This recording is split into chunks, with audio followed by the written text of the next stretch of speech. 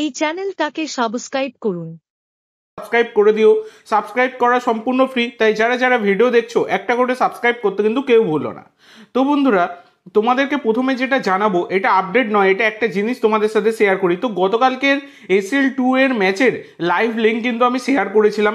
তো সেখানে আমি দেখলাম তোমাদের অনেক দাবি, যেগুলো কার্যত আমার পক্ষে মেটানো একদমই অসম্ভব হয়ে যাচ্ছে। তো ব্যাপারটা হচ্ছে, অনেকে দেখলাম কমেন্ট করছে খেলা দেখা যাচ্ছে না দাদা, লিঙ্ক কাজ করছে না, এছাড়া খেলা আটকে যাচ্ছে, এইরকম অনেক কমেন্ট আসতে দেখলাম। এছাড়া আরও অনেকজন তারা কিন্তু জানাচ্ছেন যে দাদা দারুণ চলছে, কোনো রকম প্রবলেম কিন্তু হচ্ছে না। তো এই সমস্ত বিষয় মেটাতে খুবই সমস্যা হচ্ছে। তো এইরকম অনেক কমেন্ট আসছে যে দাদা 360p নেই, এছাড়া রেজলিউশন কমানোর কোনো রকম সিস্টেম নেই, এইরকম কমেন্ট আসছে। তখন আমি যখন হাই কোয়ালিটির লিঙ্ক থেকে লো কোয়ালিটির লিঙ্ক দিলাম, সেখানে আবার দেখছি অনেকে কমেন্ট করছে যে দাদা HD কোয়ালিটির লিঙ্ক দাও। তো এই হচ্ছে ব্যাপার। তো এত কিছু দাবি মেটানো খুবই অসম্ভব। বর্তমানে দাঁড়িয়ে ফ্রি লাইভ লিঙ্ক পাওয়াটা খুবই চাপের। তো সেখানে আমি যতটা পারি তোমাদের জন্য শেয়ার করবার চেষ্টা করি। তো এগুলো একটু মানিয়ে নিতে হবে ভাই তোমাদের। তবে হ্যাঁ, আমি যে প্রথম লিঙ্কটা দিয়েছিলাম না, আমি এইটা তোমাদেরকে বলতে পারি, ওই লিঙ্কটা HD কোয়ালিটিতে দেখা যায় কিন্তু প্রচণ্ড পরিমাণে নেট খায়। তো এটাই হচ্ছে কথা, কিন্তু কিছু করার নেই, একটু তো অ্যাডজাস্ট করতেই হবে তোমাদের।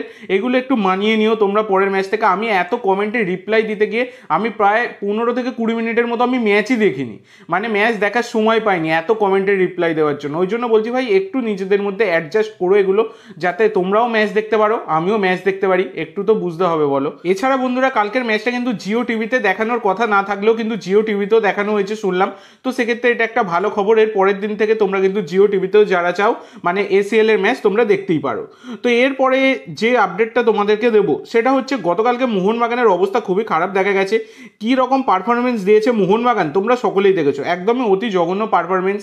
এছাড়া ওপেন চান্স পেয়েও কিন্তু গোল করতে ব্যর্থ হয়েছে দিমি পেত্তাতোস, লিস্টন কোলাসো এবং জেসন কামিন্সরা। তো এই হচ্ছে ব্যাপার। তো এই ক্ষেত্রে এবার তোমরা যদি দেখো, মলিনার আন্ডারে মোহনবাগান টোটাল 6খানা ম্যাচ খেলেছে, ডুরান্ড কাপ, ISL এবং এই ACL2 মিলিয়ে। তো সেই 6খানা ম্যাচের মধ্যে যেখানে কিন্তু 5খানাতে ড্র করেছে, একমাত্র কালকের ম্যাচটাই ড্র করেছে গোল শূন্যভাবে। তো এই হচ্ছে ব্যাপার। এবং কালকের ম্যাচে একটা জিনিস, হাজার নেগেটিভ জিনিসের মধ্যে একটা পজিটিভ জিনিস দেখা গেছে, যেটা হচ্ছে ডিফেন্সিভ সলিডিটি কিছুটা হলেও ভালো হয়েছে, যেখানে দীপেন্দু বিশ্বাসকে কিন্তু খুবই ভালো লেগেছে। তো এই হচ্ছে ব্যাপার। তো যাই হোক, কিন্তু এইটা তো কথা নয়, ম্যাচ তো জিততেই হবে, যেটা মোহনবাগানের কোচ জোসে মলিনার কোনো রকম পরিকল্পনাও দেখা যাচ্ছে না। মলিনার পরিকল্পনা নিয়েও প্রশ্ন উঠেছে, তার প্রথম একাদশ নিয়েও কিন্তু প্রশ্ন উঠে যাচ্ছে, যে ঠিকঠাক প্রথম একাদশ তিনি এখনও অবধি কিন্তু ঠিকঠাকভাবে বেছে উঠতেই পারলেন না, এইটাই হচ্ছে সমস্যা। তো এই ব্যাপারে কিন্তু মলিনার মানে যখন মানে এইরকম পারফরমেন্স দিচ্ছে, তখন কিন্তু গ্যালারি থেকে গো ব্যাক স্লোগান অবধি উঠলো মলিনার ব্যাপারে। তো এটা অবশ্যই সমর্থকেরা হতাশ হয়ে যাচ্ছেন মলিনার ওপর এইরকম পারফরমেন্স দেখানো নিয়ে। তো অবশ্যই মলিনা দেখো, অনেক দিন প্রায় তিনি কোচিংয়ের মধ্যে ছিলেন না, তিনি স্পেনের স্পোর্টিং ডিরেক্টর ছিলেন। তো সেক্ষেত্রে মলিনাকে আনাটা কি একদমই সঠিক কাজ হয়েছে? তো অবশ্যই তোমরা সকলে কমেন্ট করে জানিও। এছাড়া বন্ধুরা, আরেকটা জিনিস তোমাদের সাথে শেয়ার করে দিই, যেটা হচ্ছে গতকালকে টাকটার এফসির সাথে কিন্তু আল ওয়াগরা এফসির ম্যাচ ছিল। তো এই দলগুলোর বিরুদ্ধেও কিন্তু মোহনবাগান খেলতে নামবে ACL2 এর মঞ্চে, যেখানে কিন্তু টাকটার 3-0 গোলে আল ওয়াগরাকে হারিয়ে দিয়েছে। মানে ভাবা যায়, টাকটারের থেকে অনেক বড় দল হচ্ছে এই আল ওয়াগরা, তাকে কিন্তু 3-0 গোলে এই টাকটার এফসি, ইরানের ফার্স্ট ডিভিশন ক্লাব, তারা হারিয়ে দিয়েছে। তো মোহনবাগান যদি এইরকম পারফরমেন্স দিতে থাকে, তাহলে মোহনবাগান তো এই সমস্ত দলের কাছে সামনে দাঁড়িয়ে কান্নাকাটি জুড়ে দেবে। তো অবশ্যই কিন্তু ভুল শোধরাতে হবে। টিমের প্লেয়ারদেরকে দেখে মনে হচ্ছে কোনো রকম ফিটনেস নেই, ফিটনেসের অভাব কিন্তু রয়েছে।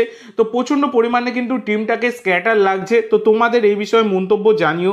তো এরপরে জেমি ম্যাকলারেনকে নিয়ে জানাই, জেমি কিন্তু তিনি গতকালকে স্কোয়াডে ছিলেন, তবুও তাকে মাঠে নামানো হলো না। তিনি পরশুদিন বিকেলবেলাও তিনি কিন্তু জানিয়েছিলেন সাংবাদিকদের মুখোমুখি হয়ে, তিনি ফিট আছেন, ডক্টর এবং কোচ চাইলে তাকে মাঠে নামানো যেতেই পারে, এটা তিনি জানিয়েছিলেন। এছাড়া গতকালকে তিনি ম্যাচের পরও তিনি জানিয়েছেন যে তিনি ফিট। এবার প্রশ্ন উঠছে, তিনি যদি ফিটই হবেন, তাহলে কোচ তাকে 5-10 মিনিটের জন্য নামানোর কেন সাহস দেখালো না? কারণ সত্যি কথা বলতে, কালকে তো মোহনবাগান গোলই করতে পারছিল না। সেখানে যদি জেমির মতো একজন প্লেয়ারকে নামানো যেত, সেক্ষেত্রে হতেও পারতো, তিনি গোল পেতেন কি পেতেন না এখন তো জানি না, হয়তো পেতেও পারতেন। তো এই হচ্ছে ব্যাপার। তারপরেও কিন্তু তাকে নিয়ে কোনো রকম মানে তাকে নামানোই হলো না। তো এই বিষয়ে কিন্তু দেখো, অনেক রকমই হতে পারে। এক হতে পারে, যেহেতু জেমির ওপর ক্ষোভ বাড়ছিল মোহনবাগান সমর্থকদের, ফ্যান্সরা হতাশ হয়ে হয়ে পড়ছিল জেমি মাঠে না নামার জন্য, সেই কারণে হতে পারে সেই সমর্থকদের ক্ষোভ চাপা দেওয়ার জন্য জেমিকে স্কোয়াডে রাখা হয়েছিল। এক্ষেত্রে ম্যানেজমেন্ট বা কোচ এইটা বলতে পারবে যে হ্যাঁ জেমি তো স্কোয়াডে ছিলেন, দরকার পড়েনি তাই তাকে নামায়নি, এই রকম কিছু একটা বলতে পারেন। কারণ এটা তো পরিষ্কার তিনি যদি ফিট থাকতেন তাহলে নিশ্চয়ই তাকে কোচ একবার হলেও ট্রাই করতো মাঠে নামানোর, তাহলে তিনি স্কোয়াডে ছিলেনই বা কেন, এটাই হচ্ছে সবথেকে বড় কথা। তো এরপরে তোমাদের যেটা জানাবো সেটা হচ্ছে হাবাস, মোহনবাগানের প্রাক্তন কোচ, তিনি কিন্তু কিছু বড় মন্তব্য করেছেন যেটা তোমাদেরকে জানাবো। তো সাংবাদিকদের মুখোমুখি হয়ে হাবাস জানিয়েছিলেন যে মোহনবাগানের কিছু ম্যাচ দেখেছি, তবে কোচের নজর দিয়ে নয়, একজন ফ্যান হিসাবে, এটা জানিয়েছেন হাবাস। এছাড়া তিনি কিন্তু আরও বলেছেন, মানে তাকে যখন সাংবাদিকরা প্রশ্ন করা হয়েছিল মোহনবাগান তো আপনাকে রাখতে চেয়েছিল, তাহলে এই ক্লাব আপনি ছাড়লেন কেন, সেখানে হাবাস জানিয়েছেন যে আমরা দুই পক্ষই সম্পর্কটা এগিয়ে নিয়ে যেতে চাইনি, দুই পক্ষই অত্যন্ত সম্মান ও বোঝাপড়ার মাধ্যমে সম্পর্ক ছিন্ন করেছি, এই জন্য কেউ কাউকে দোষারোপ করার জায়গায় নেই, এটা কিন্তু হাবাস তিনি নিজেই জানিয়েছেন। এরপরে তোমাদের যেটা জানাবো সেটা দিমি পেত্তাতোস, তিনি কিন্তু গতকালকে বিস্ফোরক মন্তব্য করেছেন কালকের ম্যাচটা ড্র করার পর। তিনি জানিয়েছেন যে এই রকম রেজাল্টের জন্য আমি কিন্তু ভীষণ পরিমাণে হতাশ।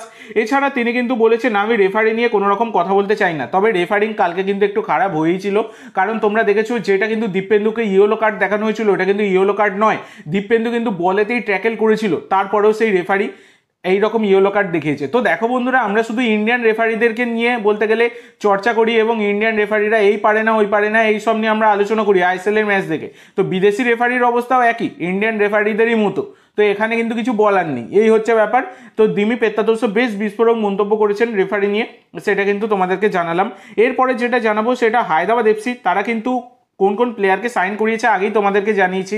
তো গতকালকে তারা একের পর এক নাম ঘোষণা কিন্তু করে গেছে, প্রচুর নাম ঘোষণা করেছে, এবং সবথেকে বড় কথা আরেকটা জিনিস তোমাদেরকে বলি, যেটা হচ্ছে সম্ভবত হায়দ্রাবাদ এফসি কিন্তু ব্যান উঠে গেছে, কারণ হায়দ্রাবাদ এফসি ইতিমধ্যে কিন্তু আইএসএল এর জন্য যে সমস্ত প্লেয়ারদের নাম ঘোষণা করেছে কালকে সবাইকে কিন্তু রেজিস্টার করিয়ে ফেলেছে। তো সেক্ষেত্রে যদি না ব্যান উঠতো তাহলে কিন্তু হায়দ্রাবাদ রেজিস্টার করাতে পারতো না, সম্ভবত ব্যান উঠেই গেছে, সেই কারণে কিন্তু তারা রেজিস্টার করাচ্ছে। তো এটা একটা বড় সুখবর বলাই যায়। তো আজকের জন্য এইটুকু বন্ধুরা, ভিডিওটি ভালো লাগলে অবশ্যই লাইক করো, শেয়ার করো, আমার চ্যানেলে প্রথমবার এসে থাকলে চ্যানেলটি সাবস্ক্রাইব করো, আর কমেন্ট করে জানাও ভিডিওটি কেমন লাগলো। ধন্যবাদ।